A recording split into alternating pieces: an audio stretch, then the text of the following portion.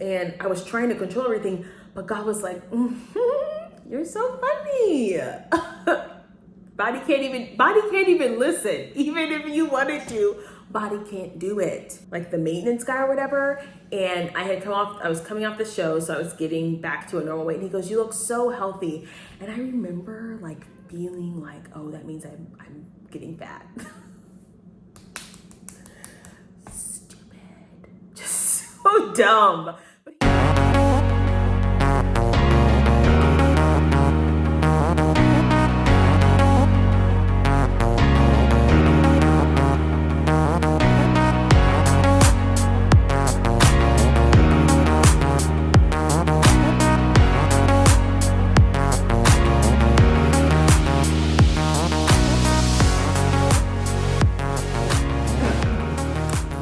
Diva.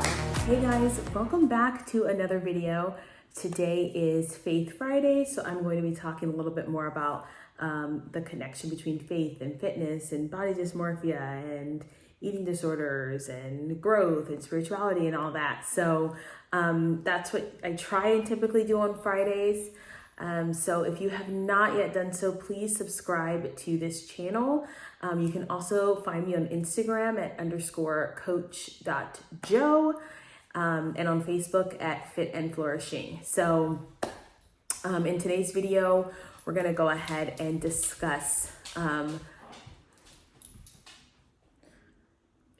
having it today.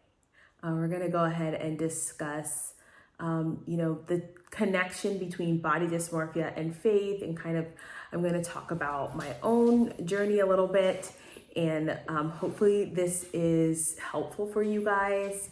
And I don't have notes because I was just like, you know what, I'm just going to let whatever comes off of my tongue just be, the video. So this topic can be very triggering for some people, and I do probably have a perspective that is not a mainstream perspective.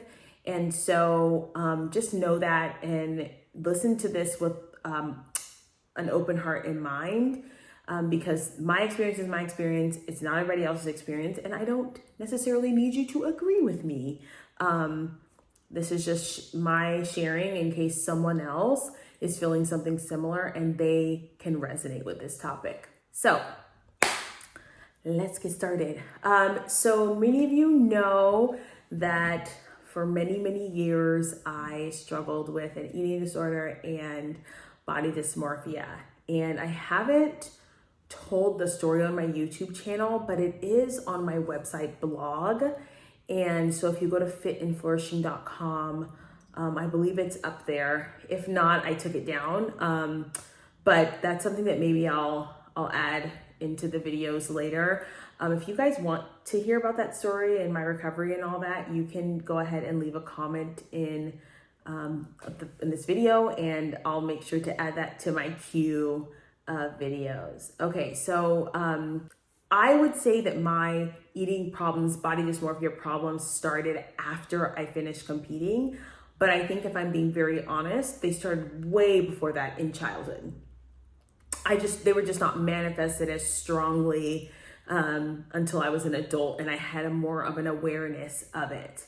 And so the first thing I will say about my eating disorder and my body dysmorphia is that I was super, super focused on the way I looked. And I was like very much concerned with not even like the shape. It was just like not being big. And, I think there's a million reasons why that was the case. That is for my story, the video that I'll tell later.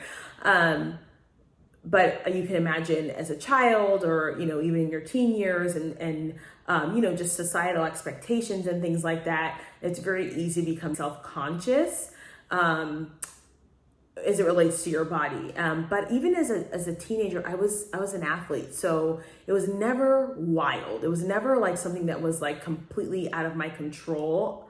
I felt it was always like, manageable because I was just in sports and all that stuff. So it was never something that was like a red flag for anybody else. I think my last show was in like 2016 17 or something like that. And my body was, I was the leanest I'd ever been, but I was not anywhere near the happiest I'd ever been. So I still looked at myself and was like, oh, you're too thick, or this is wrong.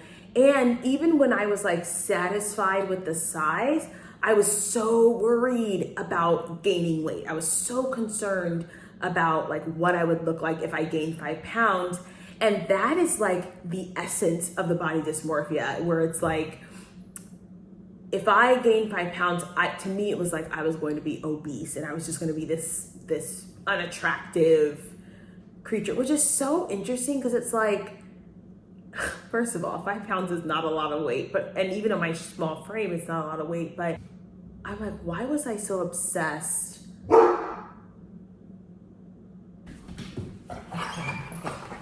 Okay,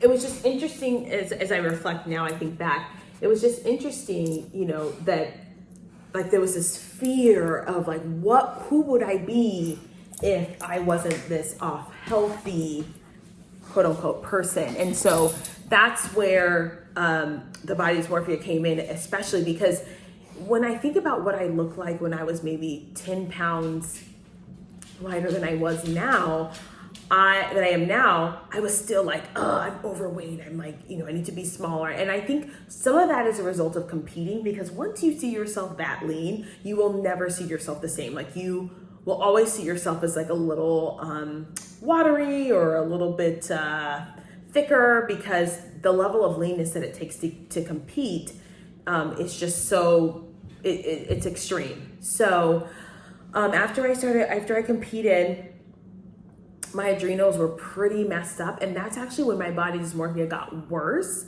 because I was so terrified of losing that leanness and that look. And what's funny is like people in the gym would be like, oh, you look so good. Like, when you're lean, it's like, oh, you look so good. And you internalize that. And you internalize that I internalize that as my worth, right? And I remember one time a guy at the gym, he was the maintenance guy or whatever, and I was coming off the show, so I was getting back to a normal weight, and he goes, you look so healthy. And I remember like feeling like, oh, that means I'm getting fat. Stupid.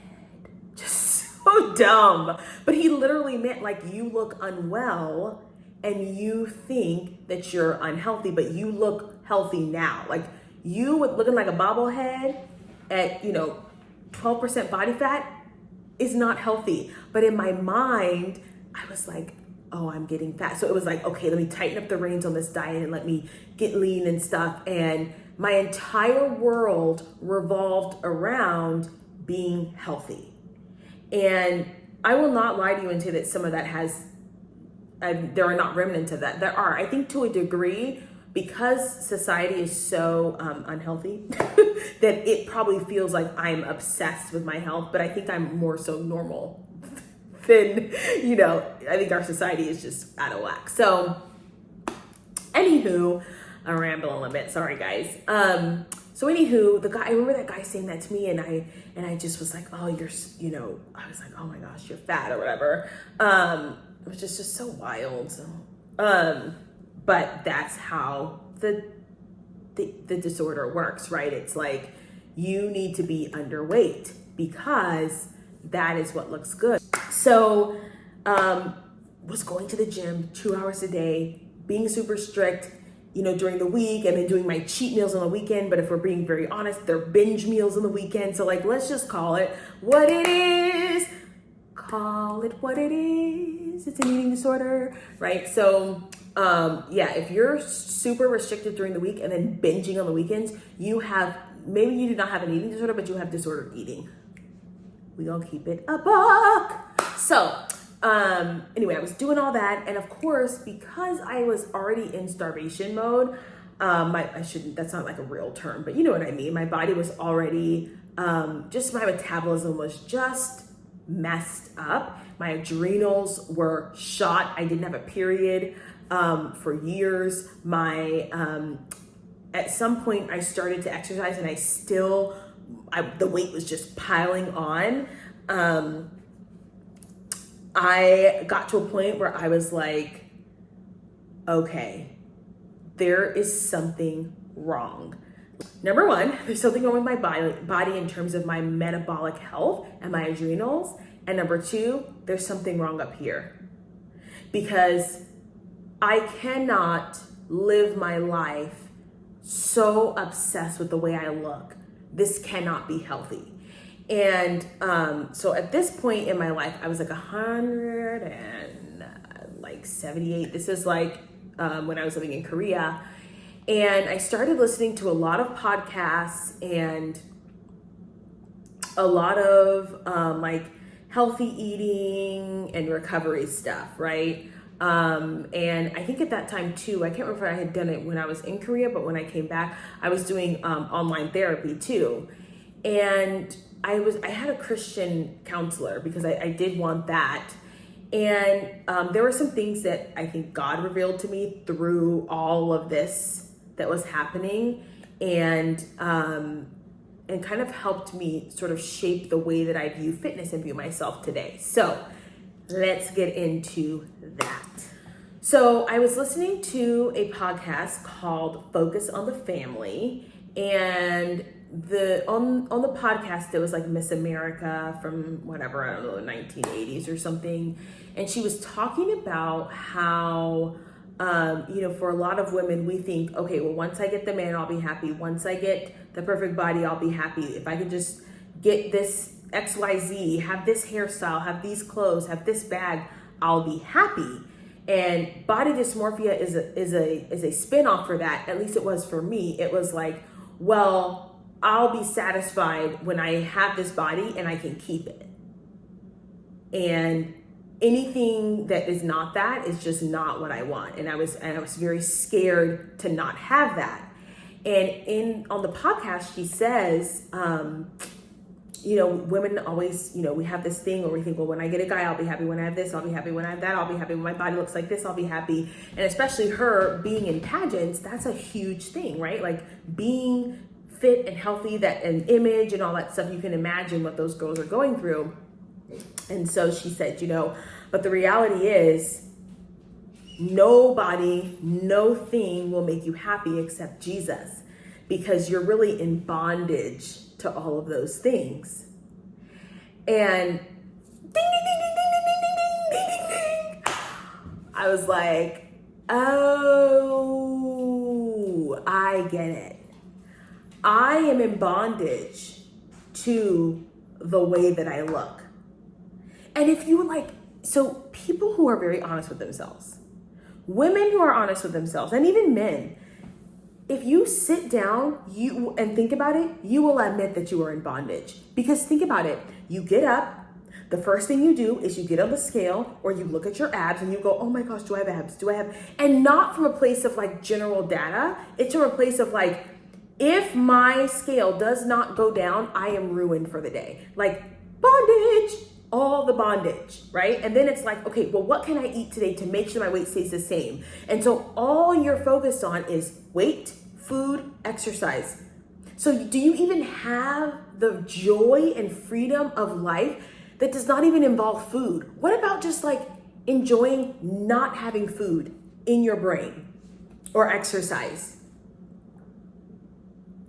Because I can tell you, like, if I'm being a buck, keeping it a buck, every minute, every second of the day was about food, exercise, or my weight. Period. You're in bondage. And you're in bondage to the opinions of other people, because if people don't think I look good, then there's something wrong with me. What? No, not it. But you're in bondage. You're in bondage to yourself. You're in bondage to other people's opinions. And for me, don't get triggered, and probably for you, you got a little narcissism, okay? And because People will say that body dysmorphia is hatred of your body, but I beg to differ. You love yourself. You love yourself so much, you will spend every waking hour of your day considering how much you need to eat, where, when, how, why, exercise, all that stuff. And I say that not to say that you should not be mindful of what you're eating and that if you're on a fitness goal, you don't need to track your weight. I still get on the scale once or twice a week, especially when I'm experimenting with stuff, but it's not from a place of emotion. You are emotionally obsessed with yourself when you have a body dysmorphia because you're trying to control it all. It is what it is. So, anywho, it's this idea that if I can just get myself together, then I'll be happy. And when she said, he who the sun sets free is free indeed, I was like, oh. Actually, I wasn't like that. Let's be real. The Holy Spirit was like, ding, ding, ding, ding, ding, ding, ding. I'm talking to you. It was like, oh, I think that if I just control everything, then I'll just control my body and I'll just control this and I'll control everybody else's perceptions of me. And the funny thing is that I couldn't, because my adrenals were so jacked up. Even if I was eating perfectly, my body was screaming for food in the middle of the night. You guys, I woke up in Korea. It'd be like 2 a.m. and I could not sleep. My stomach was just ravenous. I would have to get up and eat a bowl. And I was like, what is wrong with me? Oatmeal and strawberries, like in the middle of the night, 2 a.m., could not sleep. Like, thank God for winter break in Korea, because I don't know how I was going to do it. I was ravenous and bitter and cold. And it was just this weird, like, there was no way even in my state of mind that I could even control what I look like. Not even with my body. I couldn't do it. So it was ironic that, I heard that podcast, not ironic because everything's planned, right? But I heard that podcast and I was trying to control everything, but God was like, you're so funny. Body can't even listen. Even if you wanted to, body can't do it. She's tired from all the years of competing and adrenals fatigue. So that's when I was like, okay, I had to surrender. And this is the piece that I think is really hard for women, is surrender. And we say, a lot of people are like, well, eating disorders are about emotional control, or not about control. Yes, but they're really more so about emotions. And body dysmorphia is more so about emotions. Because for me, and it was for me, there were a few things happening. Number one, the control of food was really like the control of my emotions and just trying to control things. It was like, oh, if I can control my food, I can control a lot of things, which is not entirely incorrect. Number two, emotionally. I was not secure emotionally in who I was, so I needed my body to give me validation. And when you're not comfortable with yourself, you're not comfortable with your own emotions. And this is why I think that more eating issues, body dysmorphia issues have more to do with your emotions than they do actually the food. I was not comfortable with who I was. And so everything that I was doing was identified through the way that I looked. And number three, I was afraid to surrender my emotions, surrender my body, surrender life to God. I was very much afraid of that for whatever reason. I don't have the answer to that, but I was very much afraid. But when I did, my weight came down. And don't get me wrong, I did have a coach. But when I got to the root of all of it, and I was in my prayer and talking to God, and I used to write these super long letters to God in Korea, like pages upon pages, I realized that all of this energy was being spent on food and energy. And when I spent my time and energy elsewhere, the need to control my body, the need to control food, the need to control the way I looked decreased significantly. And that doesn't mean that I didn't care about my health, because the Bible tells us that your body's a temple. And I'm a firm believer in taking care of your body, which is why I still train, which is why I still coach, and which is why I still eat healthy. But the difference is that I have surrendered all of that stuff to God. So it's no longer about, controlling everybody else, controlling what I do, emotions. It's just like, I wake up, I do my workout, I spend my time and energy thinking about other things, because there are way more important things in this world than me, believe it or not. There are way more important things in this world than me. I am just one small person in this world. And here's the thing about your body. There's going to be people who like peaches, and there's going to be people who do not like peaches. So it doesn't matter if you are the juiciest, ripest peach in Georgia. If somebody doesn't like peaches, they're not going to like you. And so this idea that I need to have a body that I like, I don't know, you guys. I don't know if that's a good thing, right? And even you may not like peaches. So you have to also figure out who am I outside of my body? Who am I really? And that's where the spirituality came in, because as I did my journaling, as I talked to a therapist, as I wrote my letters to God, I started to figure out who I was that had nothing to do with my body and nothing to do with the food that I put in my mouth.